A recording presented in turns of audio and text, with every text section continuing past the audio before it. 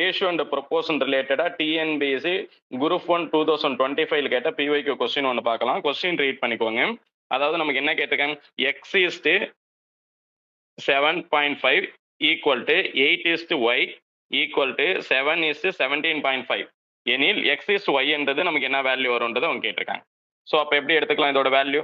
First நம்ம என்ன எடுத்துக்கலாம்னா X is to 7.5ன்னு எடுத்துக்கிறோம். ஈக்குவல் என்ன சொல்லலாம்,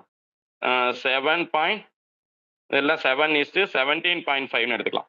அப்போ நம்ம எக்ஸ்ட்ரீம் மல்டிப்ளை பண்ணிக்கலாமா, அண்ட் மீனும் மல்டிப்ளை பண்ணிக்கலாமா? ஸோ அப்போ இதோட வேல்யூ நமக்கு என்ன வந்திருக்கலாம்? அப்போ நார்மலாக இது எப்படி எடுத்துக்கலாம், x into 17.5 equal to 7.5 into 7ன்னு சொல்றோம்.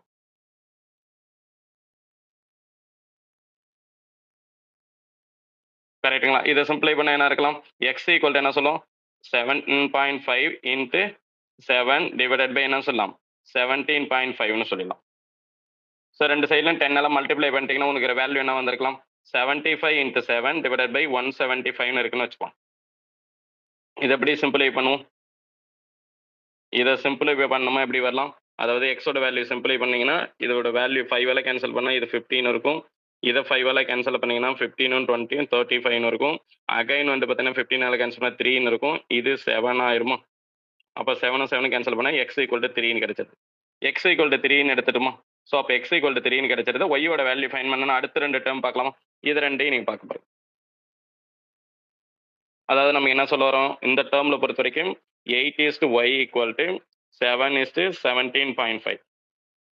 ஓகேவா? ஸோ அப்போ ஆன்சர் என்ன இருக்கலாம், இது ரெண்டும் மல்டிப்ளை பண்ணுறீங்க, இது ரெண்டும் மல்டிப்ளை பண்ணுறோம். அடுத்து நம்ம என்ன பண்ணிக்கலாம், அதாவது 7 into y equal to 8 into 17.5.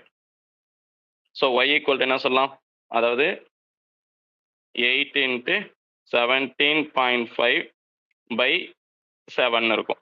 அப்போது 8 மல்டிப்ளை பண்ணால் நமக்கு என்ன வந்திருக்கலாம், 35ன்னா நம்ம என்ன இருக்கும், 4 இன்ட்டு 35 ஈக்குவல் டு என்ன இருக்கும், 140 இருக்குமா? 140 டிவைட் பை 7ன்னு போடுவோம். இதை கேன்சல் பண்ணால் நமக்கு என்ன வந்துடும், 7ல் வந்து பார்த்தீங்கன்னா 20ன்னு வந்துடும். கரெக்டா?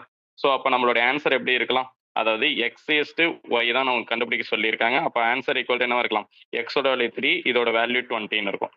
அப்போ ஆன்சர் ஈக்குவல் டு என்ன சொல்லிடலாம், எக்ஸ் 3:20 தான் நம்மளோட ஆன்சர்.